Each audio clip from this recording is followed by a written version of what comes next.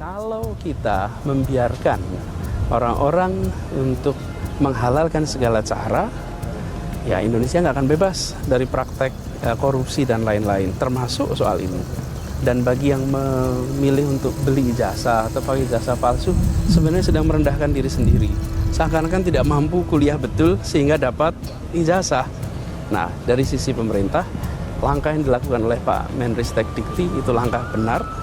Kemudian dari Kemenpan juga sudah melangkah itu. Kita juga sekarang begitu. Kita akan lihat semua yang mendapatkan ijazah dari institusi-institusi yang diragukan.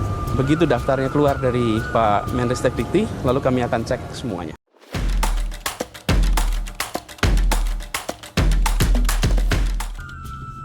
Pegiat media sosial Lukman Simanjuntak menyoroti dua pemberitaan dari Tempo tentang bakal Capres Nasdem Anies Baswedan terkait jabatannya saat menjadi Menteri Pendidikan dan Kebudayaan Nasional. Berita dari Tempo tersebut berjudul, Menteri Anies akan selidiki pemilik ijazah palsu, dan kena reshuffle, Anies Baswedan langsung berkemas-kemas. Lukman Simanjuntak menyebutkan bahwa berita ini tidak berhubungan, sehingga tidak perlu dikaitkan. Anies Baswedan menyelidiki pemilik ijazah palsu pada 3 Juni 2015, kemudian terkena reshuffle kabinet pada 27 Juli 2016.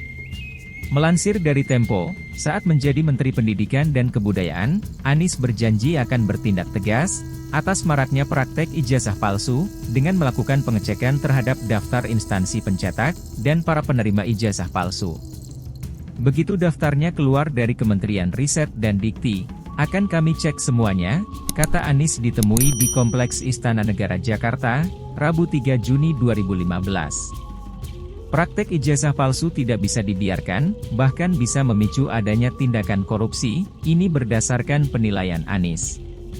Kemudian pada 27 Juli 2016 Anies terkena reshuffle kabinet dari pemerintahan Presiden Joko. Jabatannya sebagai Menteri Pendidikan, digantikan oleh Muhadjir Effendi. Saat itu, Jokowi merombak kabinet kerja. Selain Muhadjir Effendi yang menggantikan jabatan Anies di Kementerian Pendidikan, ada 13 kementerian yang diisi wajah baru. Karena kalau tidak disanggah dan tidak dijawab, ya, berdasarkan tentu bukti-bukti yang autentik, maka pengadilan bisa membenarkan bukti yang dibawa penggugat. Itu satu hal, ya.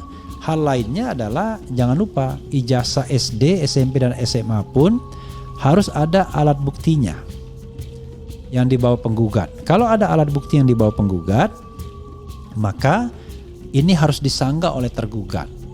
Karena kalau tidak disanggah, ya hakim bisa membenarkan klaim tersebut. Jadi sebenarnya ini adalah persidangan adu data saja, adu data dan adu dokumen. Dan kemudian menguji apakah data dan dokumen itu dibuat secara lawful atau unlawful. Jadi apakah itu dokumen yang direkayasa atau dokumen yang betul-betul asli. Jadi sekali lagi, ya, forum pengadilan itu adalah forum yang terhormat untuk menguji data masing-masing pihak, baik penggugat maupun tergugat itu, ya, tanpa kemudian membela siapa yang palsu, siapa yang tidak palsu, tetapi itu prosedur hukum yang umum-umum saja saya kira.